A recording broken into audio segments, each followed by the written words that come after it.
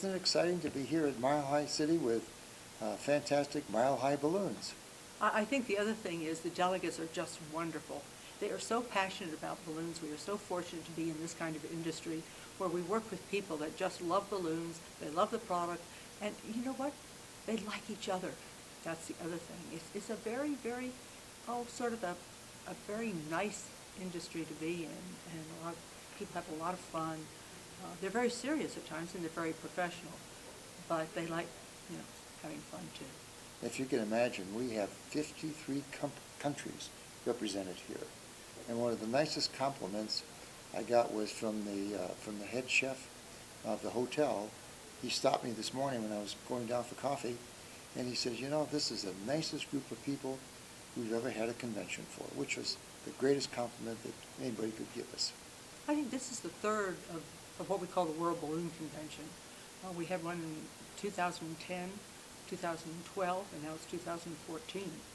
And so what we do, we have this convention every 2 years instead of annually. And that it's a large production, and people enjoy waiting for it.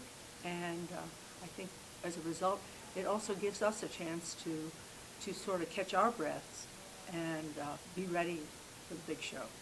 So it took a long time in planning. This is a full 2-year cycle just to get ready for this. So.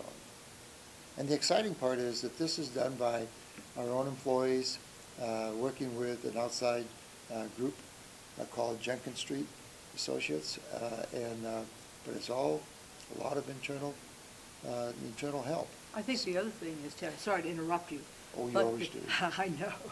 But the other thing is, I think we couldn't do this without the volunteers. Right. We have volunteers, and we have people that really dedicate essentially 24 hours a day for the entire time they're here.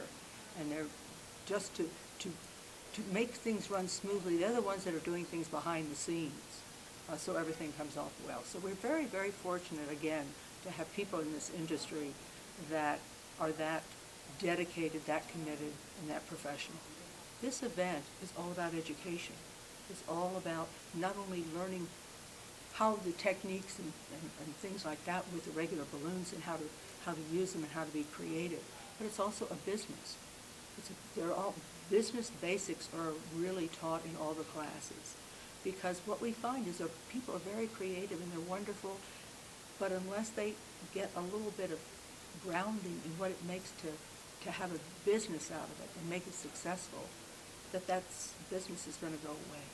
One of the things we're proudest of is, as Betty says, a real focus on the business side of the professional balloon business. In other words, how do you make sure that you can stay in business? How do you make sure that you continue satisfying your customers' needs and wants?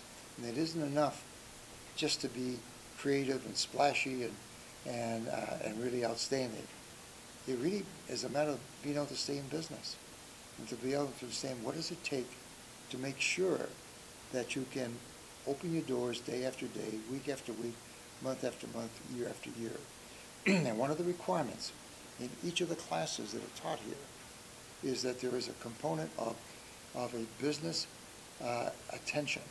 Well, how do you promote? How do you market? How do you run your books?